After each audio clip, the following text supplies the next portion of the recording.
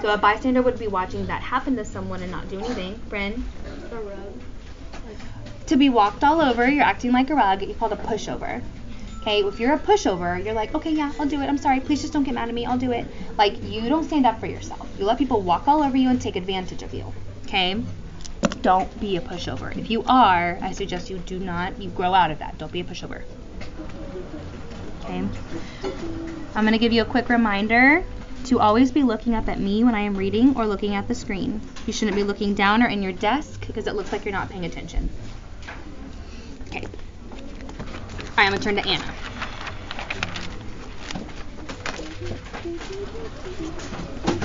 Okay. Anna, I didn't say much in school, and I never raised my hand. That would have been an easy way for people to notice me, and I don't want to be noticed. People can be real mean. That's something that Mom warned me about, and my mom knows, trust me.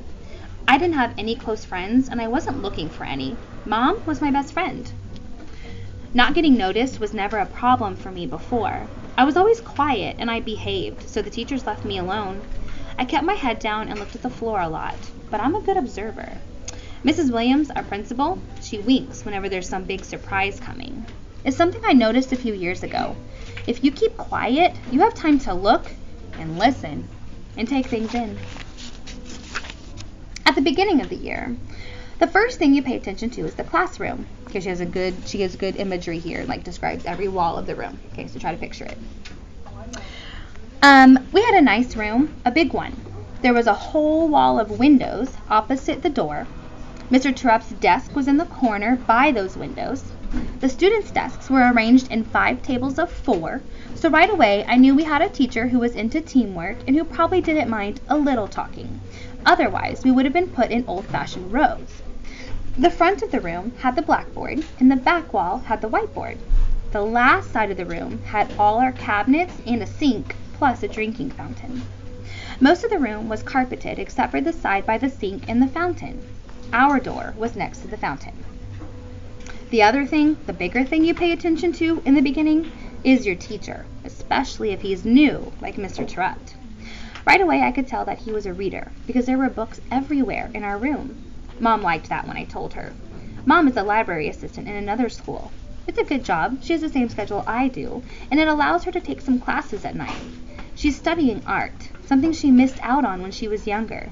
She's really good at drawing and painting. Mr. Terupt was young and athletic looking. He didn't have any pictures around his desk, and he didn't wear a wedding ring. Mrs. Newberry from across the hall didn't have a wedding ring either, and neither did my mom. Mr. Terupt turned out to be different. He noticed me on the first day. It didn't matter that I wasn't raising my hand, because he would say, "Anna, get ready, I am calling on you next." Or if we were talking about something and there wasn't just one opinion, he would say, "Anna, what do you think?" He wasn't going to let me hide all year. This made me nervous, but it turned out to be a good thing in the end. So Anna is the Alina, quiet, shy.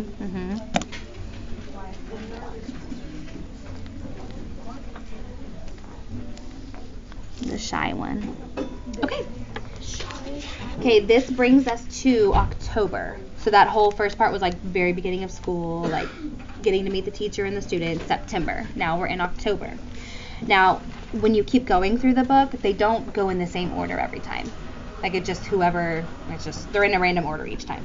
Okay, so we're actually going to start again with Peter, which we did start with him, but not always. Yeah. Why doesn't the book like include one, like, I get it's all about the kids, but why doesn't it include one about Mr. Terupt? I know. Are we gonna end with Peter? No, I'm gonna read quite a few pages. All right, Peter, here we go. We're in October, in our first like school setting. He says, so he's the class clown, the jokester. Okay. I never ever had something in school excite me before, but the plant unit that we did with Mr. T had me fired up. We grew these bean plants from seeds, and once they got big enough, we started doing different tests with them. Variables, Mr. T called them. First, we stuffed the plants in boxes with just a tiny hole on the side, and we waited to see what the plants would do after a few days of being in the dark. Anna had a meltdown about it. "I don't want to put mine in a box," she cried. Mr. T had to take her out in the hall to calm her down. I was kind of shocked. Usually she doesn't say anything. She's the quiet, shy one. What a weirdo, I thought. It's no wonder she doesn't have any friends. It's a good thing Danielle was her partner. She's the patient kind. Anyone else would have been fuming. My partner was Lexi, which was fine. She let me do what I wanted. Next, we put the plants on their side to see how they would grow. I couldn't believe it. The plants bent and still grew up toward the ceiling. That was pretty cool, but the best part was what we got to do in the end. Mr. T let us feed our plant any concoction we wanted to over the course of a week. What is a concoction? Charlotte? It's like a mixture of random things. Exactly right, a mixture of any random things. There was just one rule. We couldn't use an ingredient that would spoil and stink up the classroom, like milk, or something that wasn't good for us to breathe, like gas. There were some pretty wild concoctions. David and Nick used salad dressing because, according to them, plants make salad, so the plant will like salad dressing. Brenda and Heather used orange juice mixed with ketchup and Pepto-Bismol. I don't know what they were thinking. Mine was the best, though. Peter, that's who we're reading about. I brought in cat litter, used soda, and a little maple syrup. I did my best to mix it together and feed it to my plant. Lexi wasn't real happy about my choice of ingredients. I didn't tell her that I had peed in my soda bottle some too. "Peter, you moron, this stuff is going to kill our plant," she whined. "Shut up, you never cared about the plant before," I said. "Well, I care now." "Lexi, maple syrup comes from trees. I drink soda a lot, and I'm growing. And farmers put animal manure on their fields all the time. So zip it, it's going to work." Dang. Our plant was dead in 2 days. Danielle and Anna did the best. Danielle used some natural ingredients that her grandmother had taught her about. Something the old-time farmers really did use, I guess. Danielle lives on a farm, so she had a big advantage. Her concoction worked, big time. She and Anna were the only ones to come up with the food that the plant liked. Anna was all smiles until Lexi said, "Like, you're just lucky Danielle was your partner. She did everything." Then Lexi turned to me and added, "Even if she is fat." I don't think anyone else heard, but I laughed. I know I probably shouldn't have. Anna's smile disappeared and she stared at the floor. Poor old Luke sure tried. I think he put too much brain power in it. And he's got a lot of brain power, Abby. He's been the smartest kid in school since kindergarten. His partner was Jeffrey, but he never does anything. He just lets Luke take charge. Maybe he should have helped. "I've brought in a number of different ingredients," Luke said, "and they'll interact perfectly because of the electron balance and resulting bond formations." He even said something about a periodic table or some crazy thing. Well, you're never going to believe this, but Luke mixed his junk together and it started smoking. The next thing we knew, the stupid fire alarm was going off.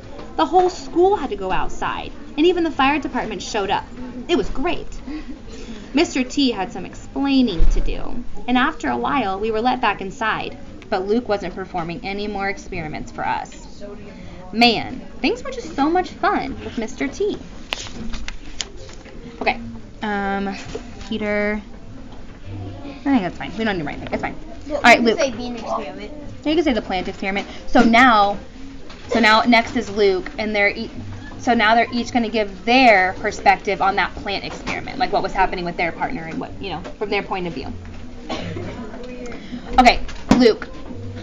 We moved from cool math right into wicked science.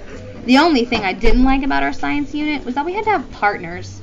I prefer to do my projects alone, but Mr. Terupt teamed us up. We were working with plants, and he said we didn't have enough space for everyone to have their own. Jeffrey was my partner, which, believe it or not, worked out great because he let me do whatever I wanted. He didn't care.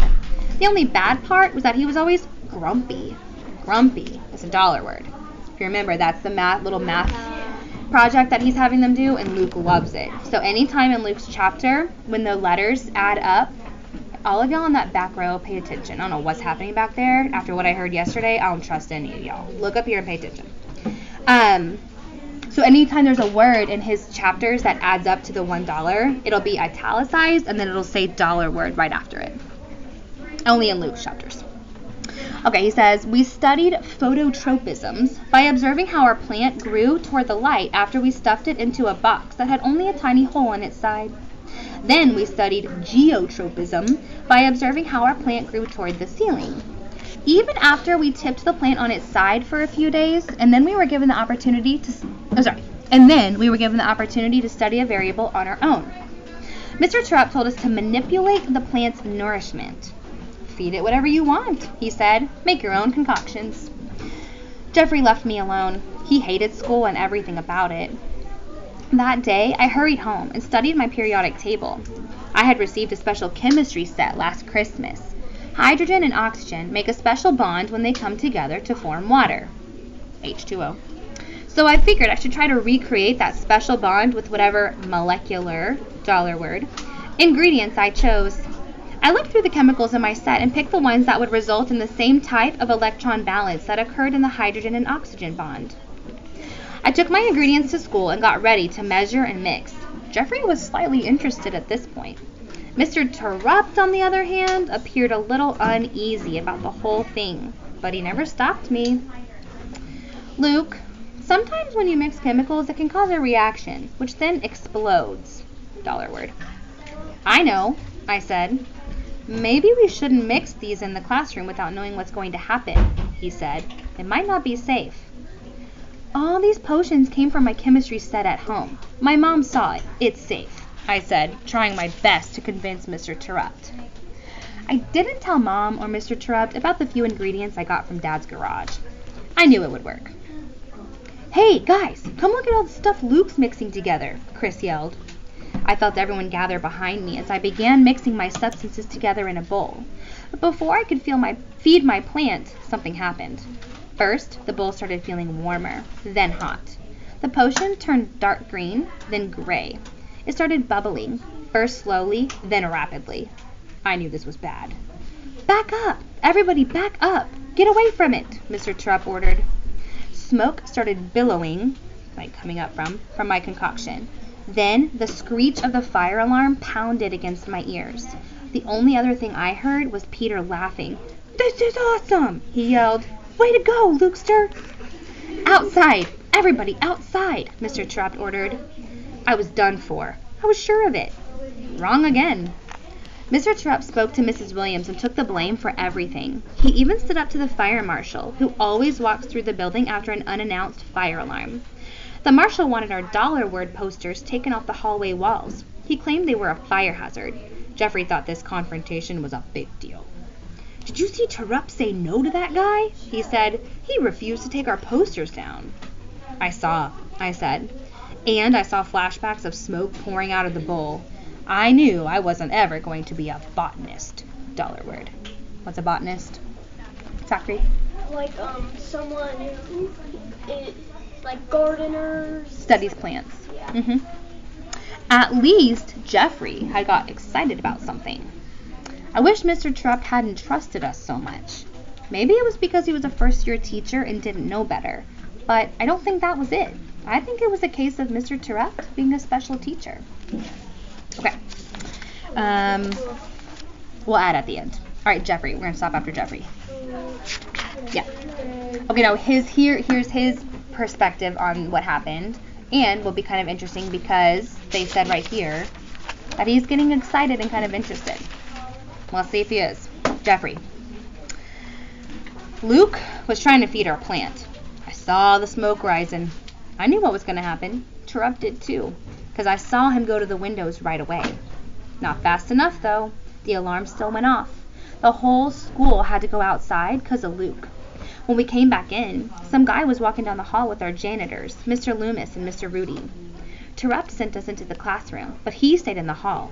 I hid by the door to listen.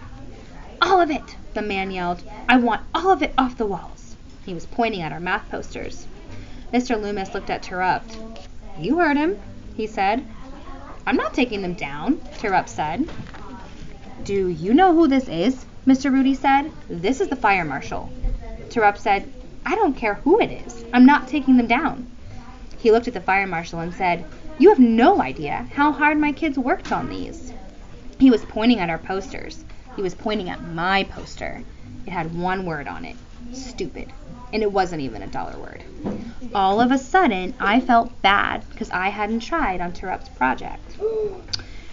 There were some more words said, but then the fire marshal left. The posters stayed. I hope he felt stupid. Mr. Terupt came back into the room. Peter was out of his seat. Mr. T, you just told that guy off, Peter said, dancing around. That was awesome. No, I didn't, Terupt said. Get in your seat. You shouldn't have seen that. But I saw it and heard it. Terupt stuck up for us. There's always posters up in the school halls, and they're never fire hazards. I think the fire marshal was just mad about our false alarm, and I think Terupt knew that too. He wasn't going to get pushed around. Our hard work mattered to Terupt, even mine. I owed him now. I had to try, even if only a little. Okay, so Jeffrey was a big, we're not doing signposts, but what would that be? Jeffrey being completely uninterested to becoming friend. Remember Zach Everett's?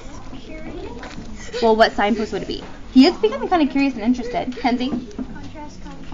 For sure. So I'm going to put for him, I'm going to draw the little symbol.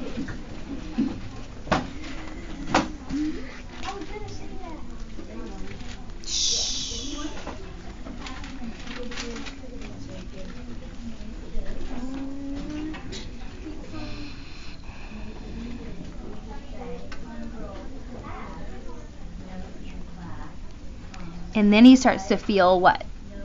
Guilty. Starts to feel kind of guilty and feels bad.